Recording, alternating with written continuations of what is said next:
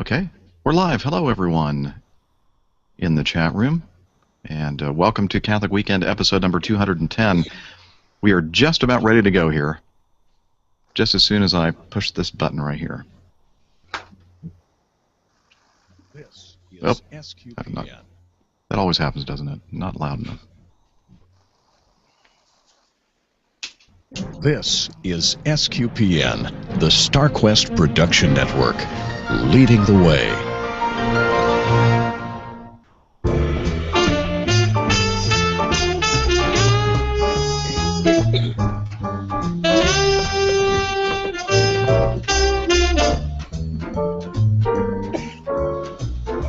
You're listening to Catholic Weekend, episode number 210 for the week ending Saturday, February 8th, 2014.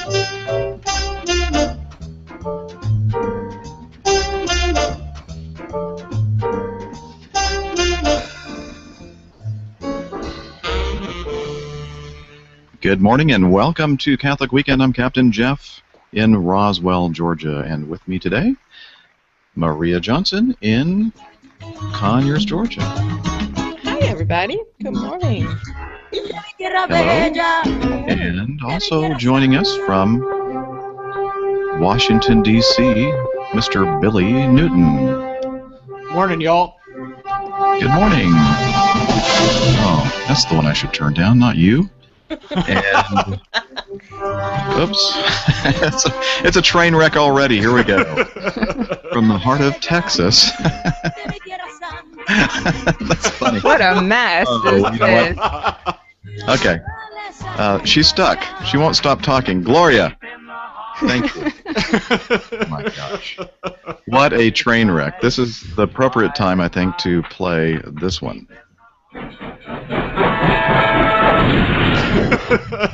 But you know what I think we're going to do? As bad as it is, and as unprofessional as it is, we're going to keep going. Amen, brother. Yeah, hello, Angela in San Antonio, deep in the heart. Hello. And from the plains of Oklahoma, we have Mr. Steve Nelson. Hello, everybody. I'm afraid to say anything. It couldn't get any worse, sir. And our special guests are now joining us. We have from somewhere in Philadelphia. Well, I mean in Pennsylvania, Philadelphia, I guess. Yeah, the Philly Burbs. Okay. We have Diana and David Von Glahn. Hello. Hello. Okay, we're going to turn down the Linus and Lucy. Good choice. Good choice. I love it. Yeah, that's better than what most of our guests get. So. Yeah. You weren't Trollololed Yeah, we like had the rest of the world night. was last night. Yeah. I nearly fell out of my chair. Oh, was that part of the opening ceremony? It was. Oh, I missed that. Yeah. Oh my goodness. And we should explain to the Von Glahns that the Trollolo Man is one of our default themes for guests when they don't pick a theme song beforehand. Yeah, Jeff was telling me that last night. As much as I love that song, I think Linus and Lucy is probably better. Yeah. There we go. All right. Well, hello everyone, and welcome to Catholic Weekend. It has been its usual collection of snafus and train wreck items, and this is just typical for Catholic Weekend this morning. People's lines are dropping on and off, but we're glad that Steve, you're back with us, and unfortunately, Diana and David had to use their iPhone to join us because they completely lost their internet connection at home. So I'm hoping that your iPhone has a good charge on the battery. It does. I was just looking at my battery, and I was wondering where my cord is. Yeah, it's gonna suck it down. Let me tell you what. So anyway, we'll do what we can with you as long as you're here with us. So why don't you tell us a little bit about who you are and what you do? Well, we are two Catholics who love watching travel television and decided to produce our own Catholic travel television show. And after about 10 years of learning how to do it all and begging people to air our series, we are now embarking on the broadcast of the second series of The Faithful Traveler, which is our television series. We were invited to go to the Holy Land a couple years ago with the Archdiocese of Philadelphia, and so we shot that. And our new series, which is a result of that experience, is going to be coming out on the 17th on EWTN. So that's us. Well, we just so happen to have a little clip from that series. I guess we should go ahead and take a look at that right now, Sure. while you're still on, before we lose you. So here we go. I'm going to hit this button right here. And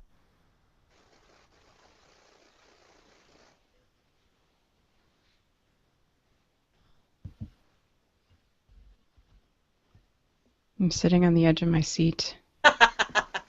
Dead air. Well, and while we wait.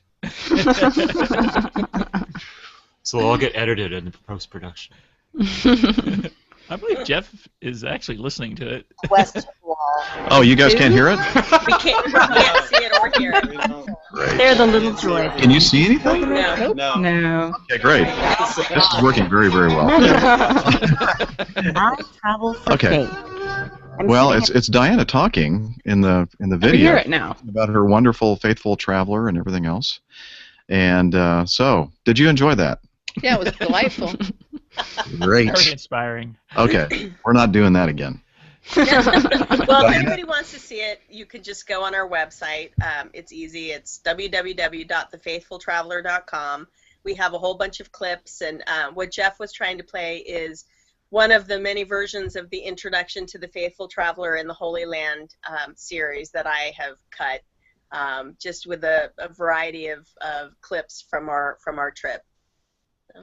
I watched it this morning, and I have to say it looks like a real exciting trip, and I'd love to be able to go with you all, because I don't want to go on like a fuddy-duddy trip, I want to go with fun, exciting people. So. well, A we are fuddy-duddy planning a trip. pilgrimage. We are, it's funny. We had never, ever gone on a group tour before this experience. We had obviously never been to the Holy Land, and it was a real first for both of us in a lot of senses. We're very independent people. We like to do what we like to do. We don't like people telling us what to do or when to go. And so, deciding to go on a group tour was a real, it wasn't that hard. We were going to the Holy Land. But it was a departure for us, because Yeah. we do like to do our own thing. But boy, did it make a difference. You really need a guide. You really need to have some structure when you go to the Holy Land. There is just so much to see, so much to do. And the amount of information that you get, especially on the tour that we went on, the information that you get from these expert guides, well, you'd be wandering around missing half the stuff. Yeah. And, we actually went, like I said, we went with the Archdiocese of Philadelphia, and we went with Cardinal Regali, who was our Archbishop at the time. And so there were like about 150 to 200 people on our trip, which is insane. Oh my gosh. But it was awesome.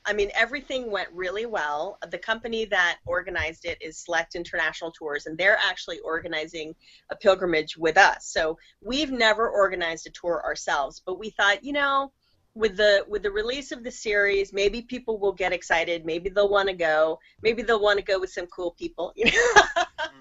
But so we thought, why not? We'll try it and see. And we definitely, it's hard. The people who organize the tour really do set the tone. So you can, and as you guys know, there are many varieties of living your faith. Sometimes we're somber and quiet, and sometimes we're loud and boisterous. And as David will attest, most of the time I'm loud and boisterous. So. But so maybe our trip will be like that. But we have information on our website if you're interested. I was looking at it. I don't know. Yeah, it's going to be awesome. The priest that we invited to come with us is young, and he's just fantastic. David met him. Well, we met him when he was in the seminary. He actually came over. Okay, this is like dork alert. He came over to talk about J.R.R. Tolkien at our house. We had like a Tolkien talk, and but you know, he's a great guy. He's really good at kind of distilling the faith and delivering it in a way that people who kind of struggle with certain issues can understand. So we were blessed to have him come with us, and we're really excited. We hope that, you know, people will sign up for the trip, and because if they don't, obviously we're not going to go. But so we'll see what God wants. Yeah, I just think it's amazing. I had never in my life thought I'd ever make it to the Holy Land. You know, it just seemed daunting to me. And the opportunity came up for us to film this pilgrimage. We jumped at it. And it was, even with the months of research that we did to prepare ourselves for the different sites, once you're there, you're just looking around and you don't know where to start. You know, but you know, like I said, because the tour was structured and they had experts there, it was fantastic. For me, unfortunately, because I was behind the camera doing a lot of the camera work, I didn't quite get to experience it the way a real pilgrim would, because I'm looking in the little eyepiece of the camera, and really there were a number of times where at one point where the cardinal had called for 15 minutes of silence while we were on the Sea of Galilee. So we had two boats. If you could just picture in your mind, it was so tranquil, so beautiful. Here we are on the Sea of Galilee. The Sea of Galilee, just amazing to me. I have my camera. I'm trying to record everything. I'm worried about focus and exposure and all this other stuff. And then the cardinal calls for 15 minutes of silence. And I'm able to put my camera down. And I'm able to just experience, you know, the majesty of the you know, Jesus was there, everything that happened there, and it was very inspiring. It was unbelievable to me, and I had a few of those moments when I was able to put my camera down, and I can only imagine when you're there and breathing it in, and you don't have a camera that you're, you know, trying to futz with and trying to get everything done. You know, that's why I am so much looking forward for the pilgrimage that we're doing, because I'm not going to be behind the camera this time. Right. That's a neat experience. I'm sure that it was, in some regards, maybe it was more profound for you because you couldn't have it and you were there. That's right. I would imagine that those moments that you were able to put down the camera were very, very special because of that. It's true, and I'm a convert to Catholicism. So when we got married, I converted, and so I've not been a cradle Catholic. So there, as Diana had said about Father Kevin, the things that I struggle with because I wasn't fully indoctrinated, you know, when I was a child, and then being in the Holy Land was just overwhelming, really, in thinking about all the things that happened, obviously. So just magical, just profound. And one of the clips that I watched with you, Diana, I guess, David, you were behind the camera, but Diana's in front of the Sea of Galilee, and she said, "This is the Sea of Galilee. This is the Sea of Galilee." Exactly. Exactly. Like, and for us, this it's is it just, right here. you can't even imagine it. You can't believe that you're there. You know, it's one thing to go to Europe. It's one thing to go to Spain, which we enjoy going to, and we every vacation we take is a pilgrimage because we're going to every shrine, we're going to every cathedral. Diana drags me into every single church, the corner church, whatever it is, you know. But you know, that's how you discover the real treasures, by the way. That's right, and it's so fantastic, but there's that order of magnitude. You're in the Holy Land. All bets are off. It's unbelievable, to an exponential level. Yeah. Let me ask you a question about that. You know, a lot of people are daunted by the idea of going to the Holy Land because of ideas about unrest in the area. Did you experience that? Did you? Yeah. Shortly before we left, we went in 2011. Shortly before we left, there was a bomb in Jerusalem that went off somewhere. I forget where it was. And actually, part of our trip was supposed to include Egypt, Yes. and then we didn't go because they had a whole thing down there. Putting it mildly. The Arab uprising, the Arab Spring. And we were so bummed because we wanted to see the wanted to see the pyramids, you know, and we were supposed to go to St. Catherine's, the big the monastery. Sinai, yeah. Oh, and we didn't get to go because they had their little thing. So it was a big bummer.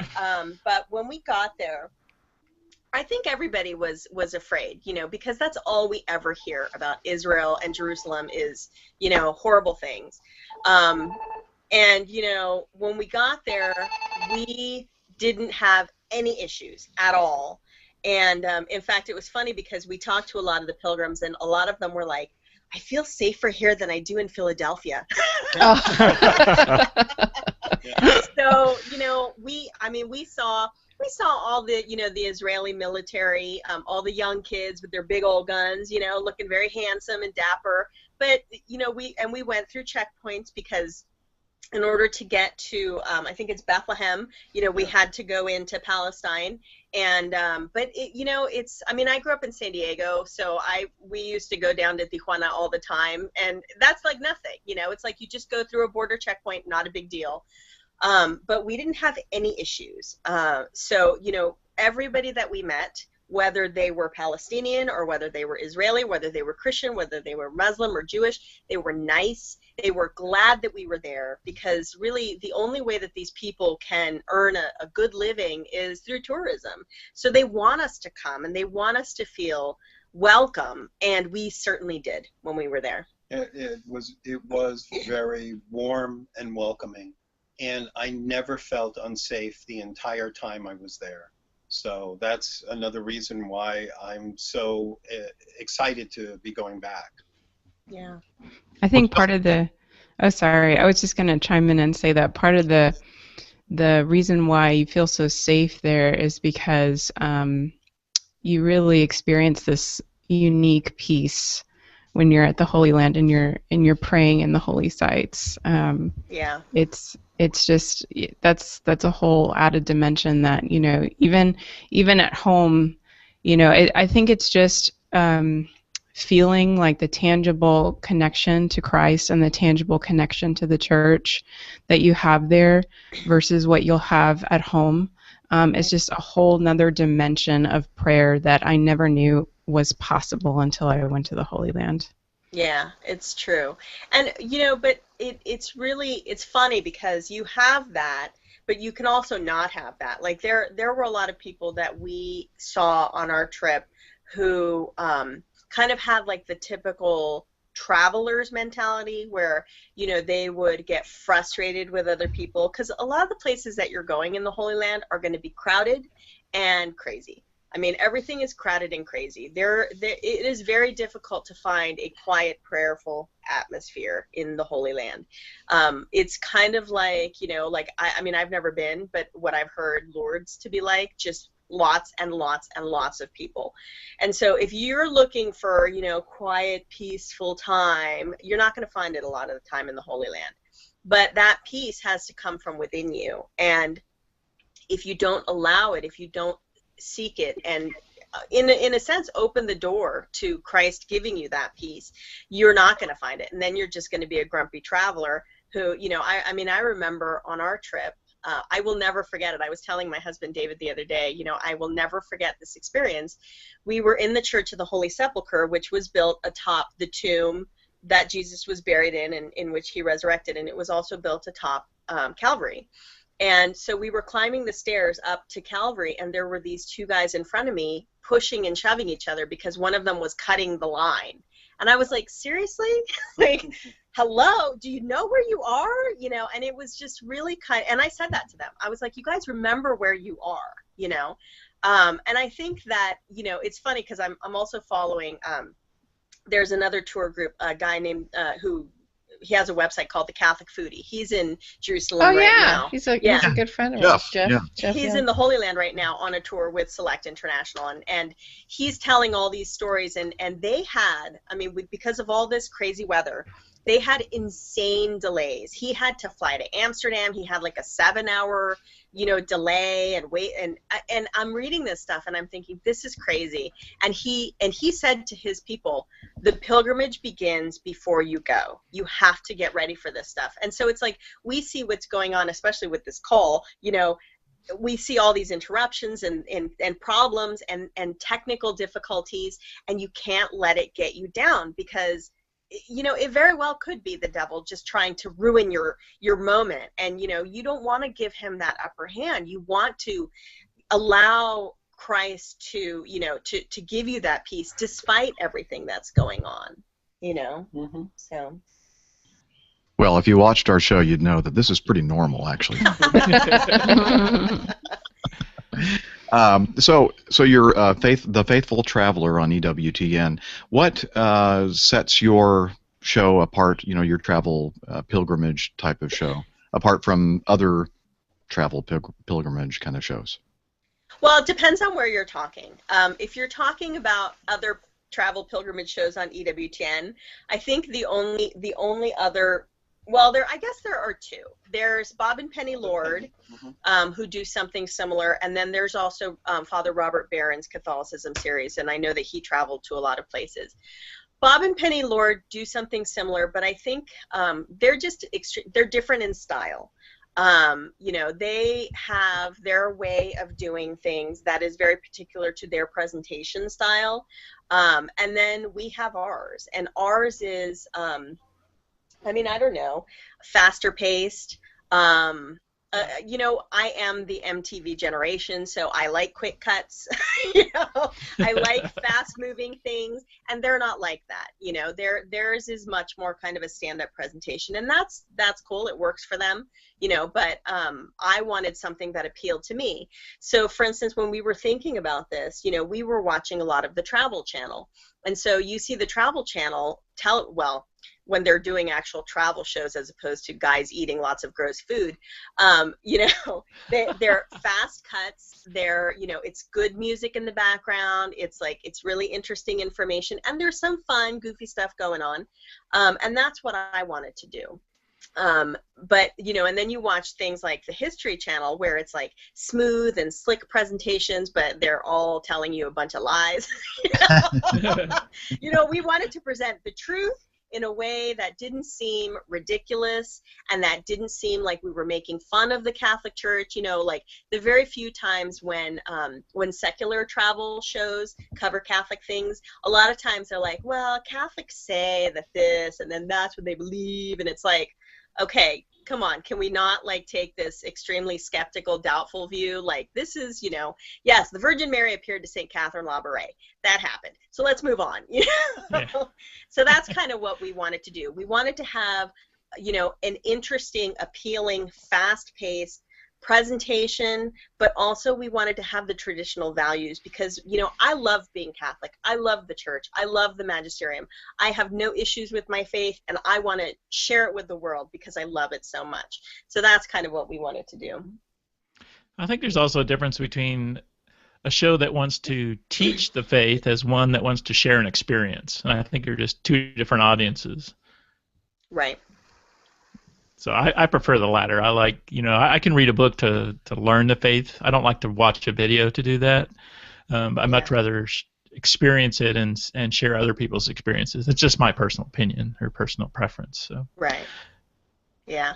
Yeah, I think, I personally, when I sit down to watch television, I don't want to cry.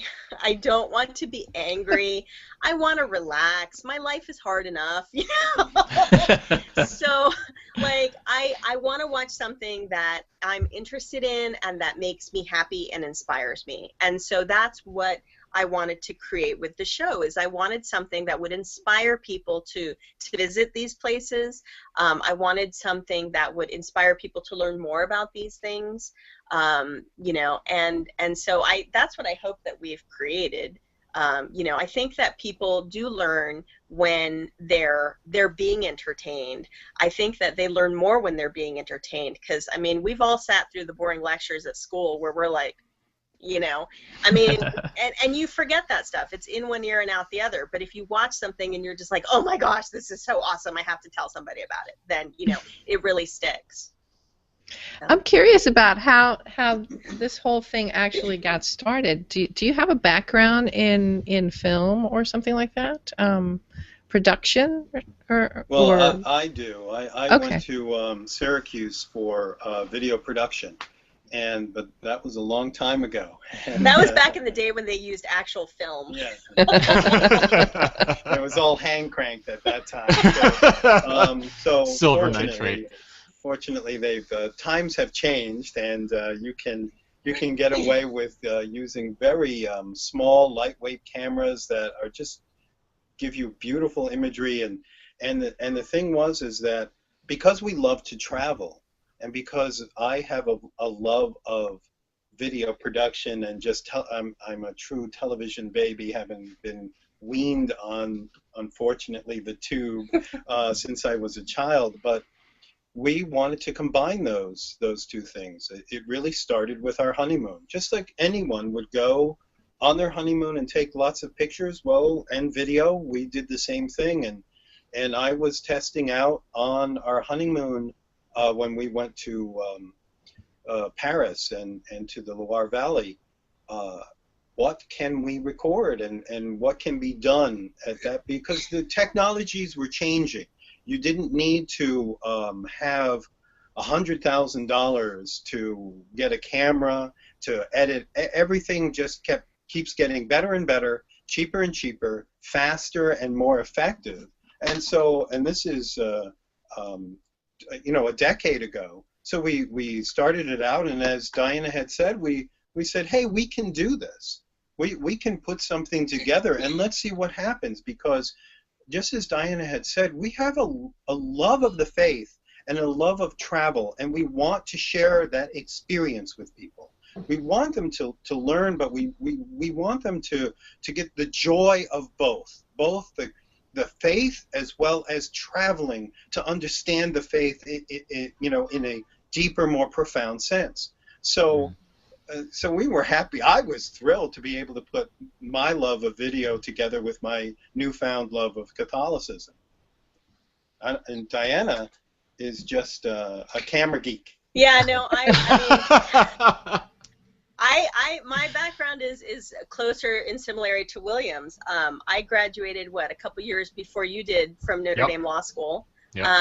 And I don't even know, were we even there at the same time? You might have been there my third year. When did you graduate? 96. Yeah, no.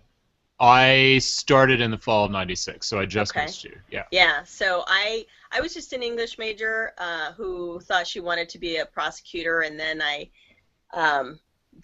realized that was no good. So I was like, when I was at Notre Dame, I was the Right to Life president, and I had that on my resume. And when I went to go to all these interviews for DA offices, they were like, yeah, you do realize you're going to be putting people to death, right? And I was like, yeah. I never got any of those jobs, thank God. Yeah, really. Play that for my dad. He loves that story. But yeah, so then I moved to New York to work in publishing, and my problem is that when I was in high school, I went to a school of the arts, like one of those fame schools, and so I always had the duality of creativity and intellectualism. And as I grew up and as I experienced different things in life, how very Catholic, if I could interrupt you. It was a tremendous blessing, to be quite honest with you. I mean, I don't know what kind of person I would have been like if I didn't have that experience. And when I find myself in a situation where I'm only doing one of those things, like when I was in law school, for instance, I was going crazy because I needed a creative output, and I didn't have one. And briefs were not enough for me. So, So this. And we're talking about legal briefs. Legal briefs, yeah. So so this kind of has ended up being that. I grew up in San Diego, where we had the missions, and so I've always been, no matter where I have gone in my life. You know, I lived in London for my second year of law school. You know, I lived in the South. I lived in D.C. Everywhere I went, the first place I went was a Catholic church because I was alone and I was a stranger, but the church was always home. And then, you know, you start looking at this beautiful stuff. And like, for instance, at Notre Dame, at the time when we were there, Notre Dame was the only Catholic university that had a chapel in every single dorm. And so as the way that the university grew, you know, it grows little and then it kind of grows outwards, the architecture of the chapels changed to, you know, with the times. So, of course, the 60s and the 70s were really ugly, but the ones in the middle were gorgeous. And that always appealed to me. Like it does when you go to the different churches. So, you know, the churches in San Diego are so much more Mexican. You know, they have that kind of like Balboa Park look. There's a place in Madrid that has a very similar look, that the park, I forget the name of it. Maybe William will know. I don't think he's on. But he's taking a little break right now. But, you know, and so it's very different from the churches out here on the East Coast, which are completely, you know, so, and that always appealed to me, the art, the architecture. And that's also something that we wanted to get across in the show, you know, to explain to people. Because you guys know, back in the day when nobody read the Bible, the way that they taught the Bible to people was through the stained glass windows. They would tell the stories through the art in the churches. And so, you know, people would go to the churches and they couldn't read the Bible because they couldn't read or because they didn't have one. And they would look at the window and they would see the wedding at Cana, or they would see the baptism of Jesus, or, you know, the decades of the Rosary. So that's always appealed to me. And I guess all of these things kind of converged into this one little show. Well, speaking of Cana, the one of the clips that I watched was so cool of everybody in a church in Cana and redoing their vows, their wedding vows, including you two. Yeah, That's right. Neat. we did. Yeah, it was crazy. It was. I mean, you know, you're in the midst of all these people and you're saying these things, and I mean, I started to cry. I could tell, yeah, I could tell you had a little tear in your eye there, and that was cool. So I have a question about that. Did you have the wine from Cana? No, we were too. You know, we have a funny story about Cana. We were so busy shooting, our bus left us. So we were like, you know, we're in the bowels of the church because there are some ruins of the different churches that were built on that spot, and we're in there, and then we come out and we're like, who are these people? These aren't from our group. And so we walk out and we're like, oh my gosh, our bus is gone. And so we like start freaking out, and thank God I had international calls on my cell, so I called them and they waited for us. But we were so panicked, we didn't film it, and I told David it was a lost experience because we could have filmed it and been like, hi, we just got left with our bus. But as a result, no, we didn't get to buy any of the wine. But would you recommend it? I don't. Yes. Okay. I was going to say, did you I have can it, get the Angela? bottle. We know the.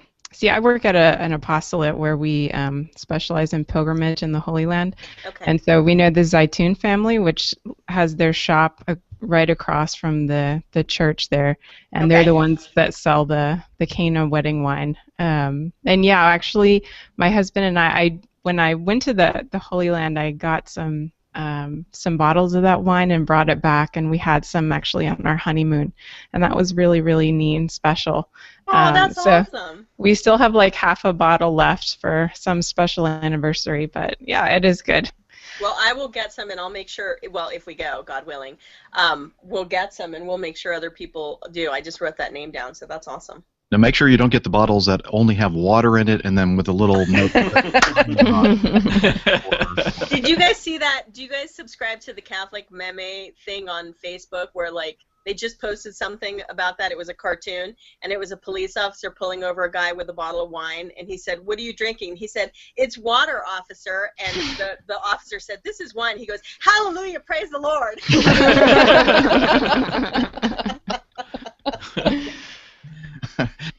True story, actually.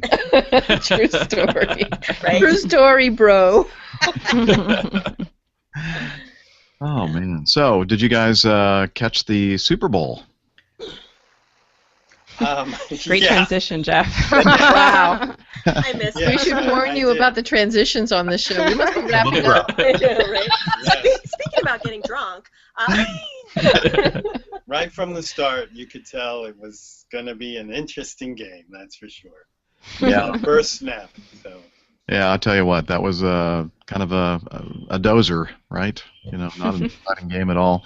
And, because had mentioned on the last show that we went through an entire hour-long show and didn't even talk about the Super Bowl, which was about to happen the following weekend, actually the next day.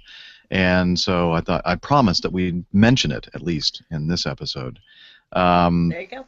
So didn't you see the picture floating around Facebook of it was the iconic picture of Julie Andrews coming up over the mountain from The Sound of Music, and it said how I feel about football or something like that. Like, what football game? None. Well, some of us here actually like watching football. Whatever. Okay. And the other thing we were going to talk about was, and it's so exciting to me, Puxatawny Phil. I saw his shadow, right? So that means that we're going to have 6 more weeks of winter weather. Yeah, well, whatever. I need to have a word with that animal. Yeah, I know, right? Us We get Southerners have a problem with that. We get Beauregard. We get Beauregard Lee, General Beauregard Lee. Well, did he see his shadow? Who cares? I mean, what? I'm sorry. Let's move on then to something else. You know what? It might be a good time now to make this very smooth transition. Are you ready? Okay. There we go.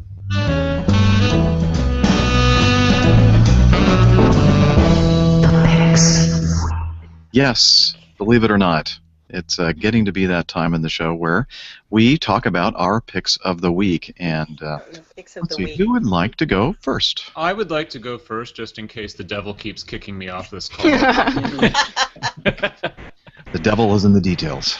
He probably doesn't like what my pick of the week is, so we'll see what happens as I say it. My pick of the week is it's the Feast of Our Lady of Lourdes on Tuesday, so go watch Song of Bernadette if you've never seen it before, or if you have, go see it again, because it's a great, great Catholic film. Awesome. Okay. And where can we find, is that available on any of the things like Netflix and those services, or do you have to go and find it? It is. You can also watch it for free on YouTube. Oh, excellent. Yes. Ah. All right. Is that the one where Vincent Price is the creepy guy? That doesn't narrow it down. Vincent Price is the creepy guy. No. You mean in that video, that Michael Jackson video? No. Yeah, very funny. No. Very funny. Not the same one, no? Well, no, in the Song of Bernadette, doesn't Vincent Price play like the doubting lawyer or something? Oh, I think he yeah. Is that the movie I'm thinking of? Yeah. Just asking. Well, we'll have to all find out and watch the Song of Bernadette. Price is the creepy guy. Let's see. Well, so thank you, Billy. You're still here with us. That's cool. Maybe they restart. Oh, maybe. No, he's not. He's just. Wow. Wow. It's stoic picture of Billy. There he is. He's back! Yay! So, okay, let's go with Angela. How about your pick of the week? Okay, Lynn is gonna freak out, our producer, because I gave her a pick of the week beforehand, and now I'm like, well, and my pick of the week was, just FYI, the USCCB actually has guidelines for pilgrims going to the Holy Land, and so, it's very personal to me because I work in pilgrimages to the Holy Land, but a lot of times travel agencies and tour companies will basically just solicit a lot of Catholic churches and try to get them to go on these kind of cookie-cutter packages that are not really Catholic pilgrimages. They could be like a religious tour, and you'll spend a lot of time in like museums, and you'll patronize hotels and different places that really, you could make a lot better decisions that are more in solidarity with the Christians there. So anyway, if you're thinking about going to the Holy Land, do check out the USCCB's guidelines for pilgrimages to the Holy Land. But now I'm like rechanging my mind because we have at our apostolate, we really recommend to everybody before they go to the Holy Land to read a particular book, and it's actually a narrative book called Blood Brothers, and it's by Archbishop Elias Shakur, who is a Melkite Greek Catholic bishop in the Holy Land. He's actually from Galilee originally, and he tells his personal story in that book, and is just a fabulous page turner. It's called Blood Brothers, so check that book out. Awesome. Angela, I'm going to have to email you to run my pilgrimage by you, because I would love any kind of input. We're actually, it's funny that you say that, because we, for a long time, it took us a while to get a priest to come with us. Everybody that I asked said no. I was like, seriously? And everybody would be like, why do you need a priest? And I'm like, how am I going to have a pilgrimage without a priest? Like, I'm just a girl. I'm not a pilgrimage leader, But the great thing about Father Kevin is, he wants to have adoration every day. So we're going to be doing adoration and Mass every day. We're staying, and I'm so excited, we're staying with Franciscan nuns on the Mount of the Beatitudes. I saw that. I'm so excited. I approve of the places where you guys are staying, because we're very picky about that, and those are the two places that we make sure that we stay at, is the Mount of Beatitudes Pilgrim Hotel with the Franciscan Sisters of the Immaculate Heart of Mary, and then also the Notre Dame Hotel, which is the in Jerusalem, which is the Vatican's hotel there, and it's run by the Legionaries of Christ. So those are two great places. Exactly. So I'm really excited about that. I mean, I saw those nuns. The first time that we went, we stayed at like the Golden Crown, which is a nice hotel, but I'd rather stay with nuns. Yeah, and actually John Paul II stayed there when he went to the Holy Land. He stayed in with the Franciscan sisters on the Mount of Beatitudes. So it's an awesome place to be. Yeah. Wow. Great. Hey, speaking, I know I'm interrupting our, Picks of the Week segment, but did you hear about or I guess the big news last week was the Polish cardinal that released the book, The Writings of John Paul II, and John Paul II wanted those destroyed upon his death, but follow through, and there's some interesting stuff in there. What do you think about that? Do you think that's a good thing for the church, or do you think it's a bad thing, or does it matter?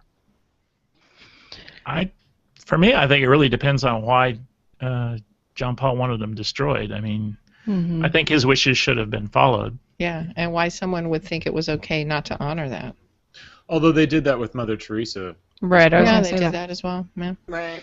And of course, we're all curious now and want to read and see what's in there. Right. And whereas, the big news there, Mother Teresa, it seems as though some of her writings, she was questioning the existence of God. Although I think if you read them properly, you may not come to that conclusion. But John Paul never said that he had any doubt about it. It was always that he was doubting his own performance and whether he was doing enough for God. So, yeah, I'd like to read it myself in a self. Really, you know what Do any of you guys keep journals? Do any of you journal? Yep.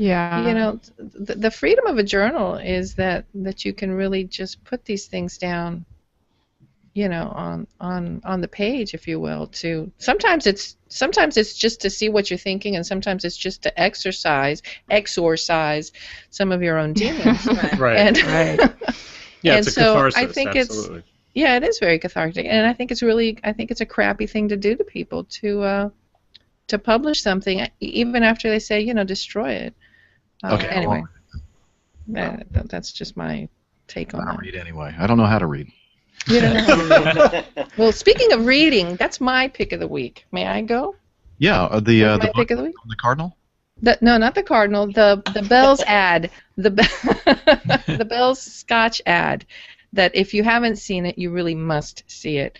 After all of the stupid and half entertaining Super Bowl ads, this one ad by Bell Scotch, which is a South African, a South African tradition, it's a beautiful, beautiful commercial for the Scotch, but it tells a story of a gentleman who is illiterate, and his son has written a book.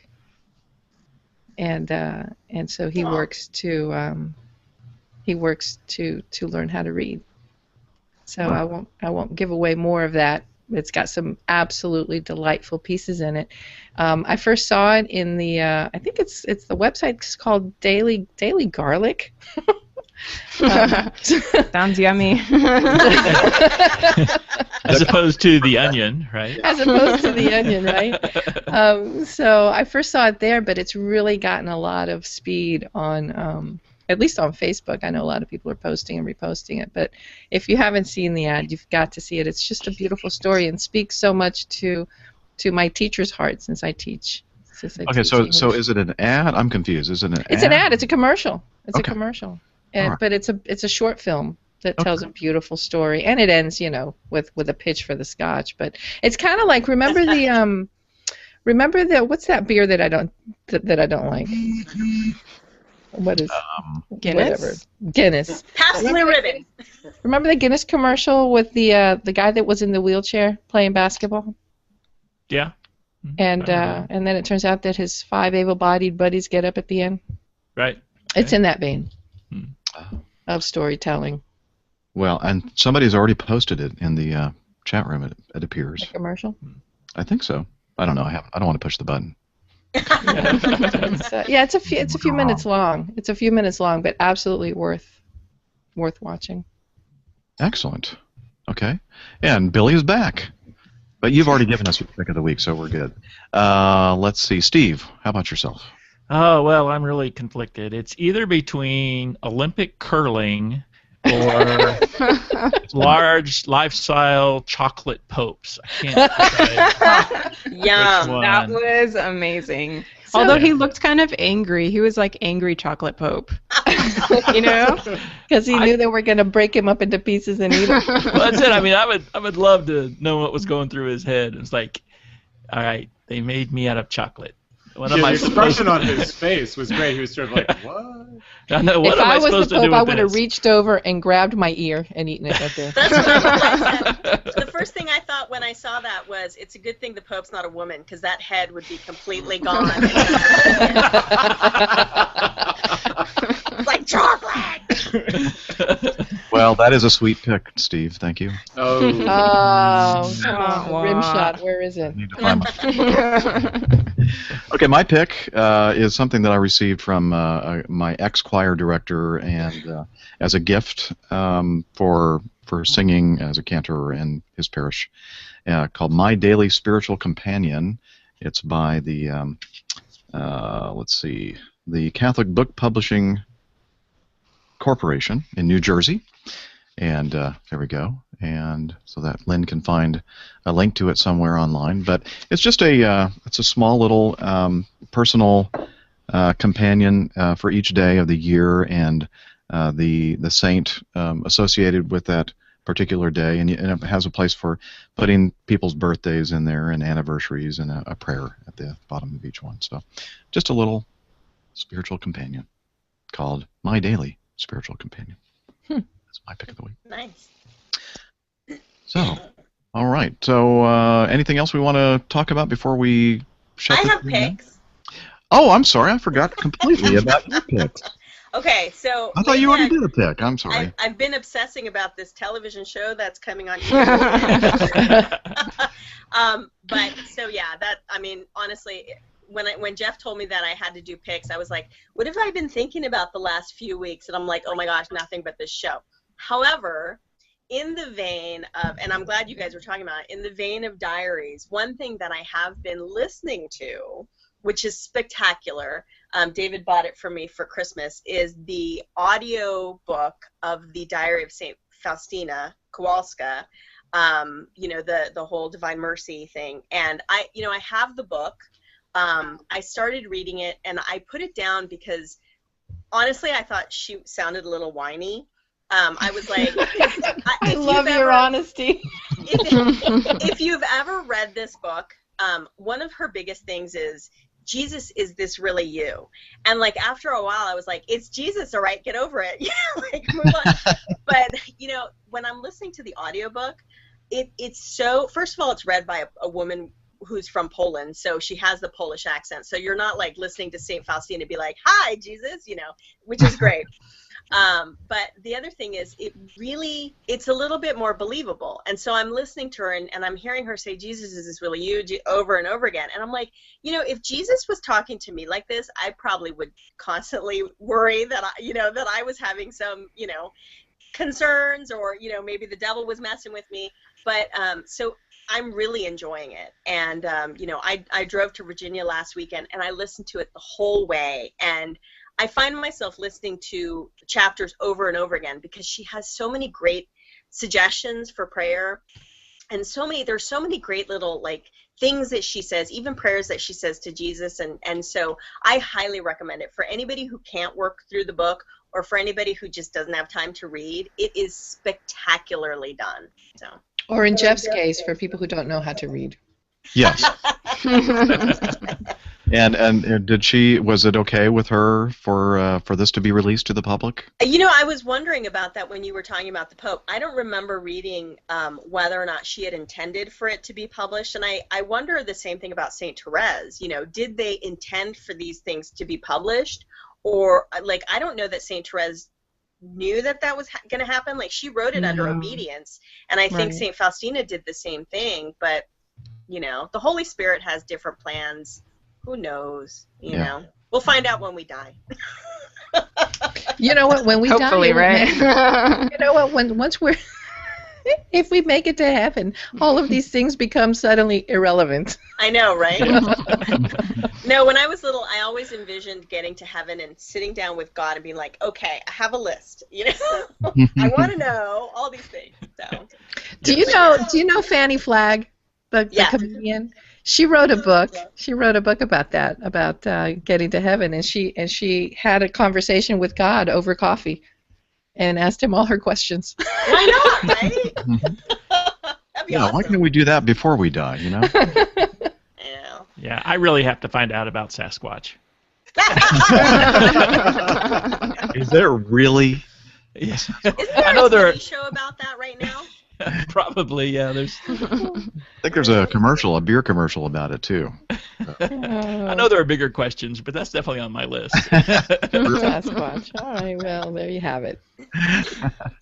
All right, well, it's time for us to end the show. Thank you so much again, David and Diana, for joining us today on our little show, our little train wreck of a show. Thank you for inviting us. Oh, sure. And so, just so that everybody knows where to find and watch your great show, tell us. Well, the best place to get all this information is if you go to our website, which is www.thefaithfultraveler.com, and we have links to our Facebook page, our new Google Plus page. We have a link to EWTN's channel finder. If you don't know where EWTN airs on your cable show, we have a link to EWTN's live stream, so you can watch it when it's on television. You can watch it on EWTN live online. So we have all those links. We have clips on there. We have information about our pilgrimage on there. We have everything and anything, pictures from our honeymoon. We have everything on there, So that's the best place to go. And, I'm probably the most vocal on our Facebook page. I'm not on Twitter. I used to be, and it just drove me crazy. And since then, somebody has usurped our names. So, but Facebook is probably where I just post the most information about when we're going to be on TV, when we're going to be on the radio or whatever. And so, yeah, that's the best place to find us. And you guys are going to be on Life on the Rock this week, right? We are.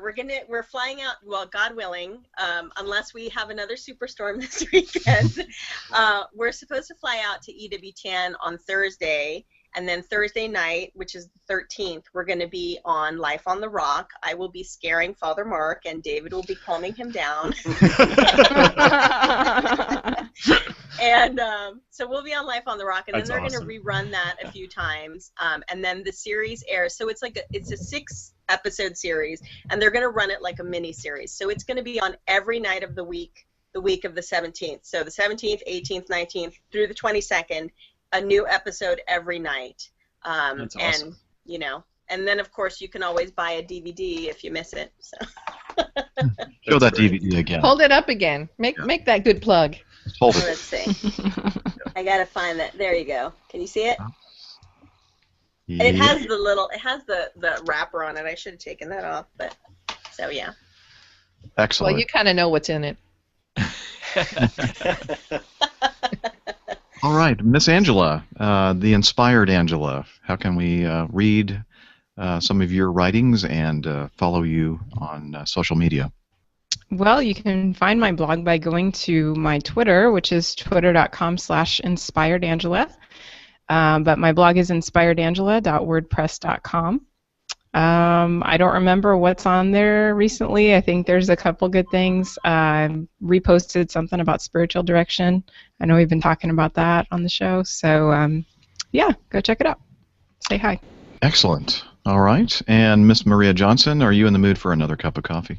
I am. I've been drinking a lot of coffee this week. I've got a couple of blog posts up, and actually was featured in a post apocalyptic Christmas tree massacre post at Catholic Mom about the empty nest being a serious thing. Aw. So, well, last week I had posted about having to take down the Christmas tree by myself, so I used a chainsaw to do it. And Seriously. seriously. There wasn't much blood. So at Catholic Mom, I've got a new empty nest kind of reflection going on there. And I was telling Angela before the show that I also have a new blog post up yesterday from taking some advice from 1949 on how to sew, or in my case write, and it was a bust. So I talk about that on my blog, Another Cup of Coffee, at bagojohnson.com. Very entertaining. Thank you, Maria. And Billy, before we lose you again, tell us about how we can learn more about your stuff. You can find me at wbdnewton.com and on Twitter at wbdnewton. I had a couple posts this week about the Pope, and they got some good traction. One was a review of a sort of a conference they had at Georgetown where they were talking about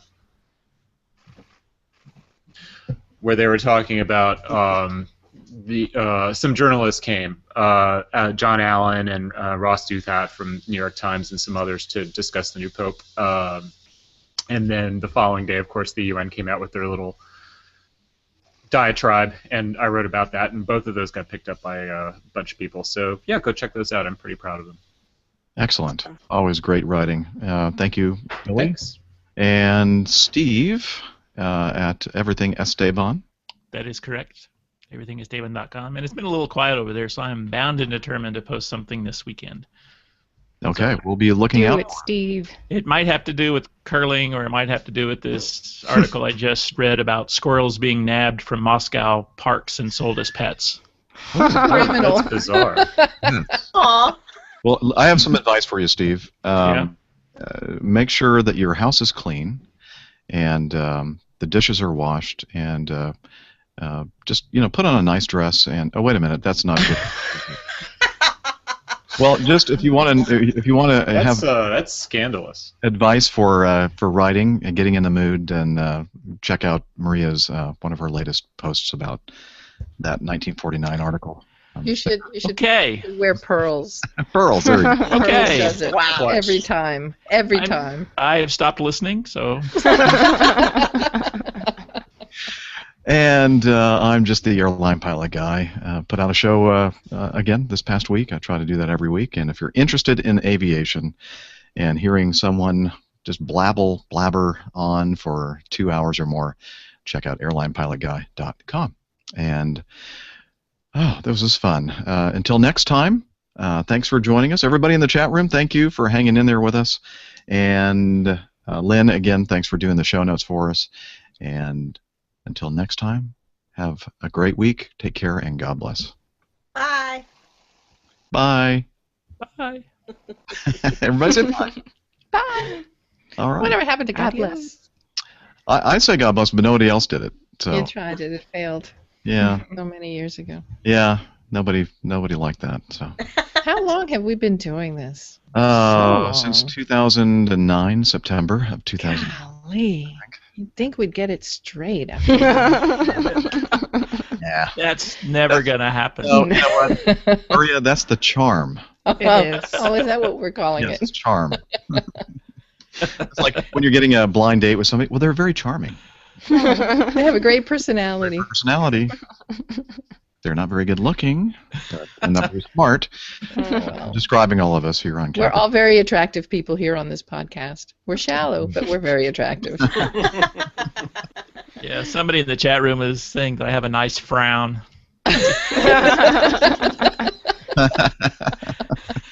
Is that a compliment? I don't know. You know, it's not Backhanded compliment. probably explains a lot.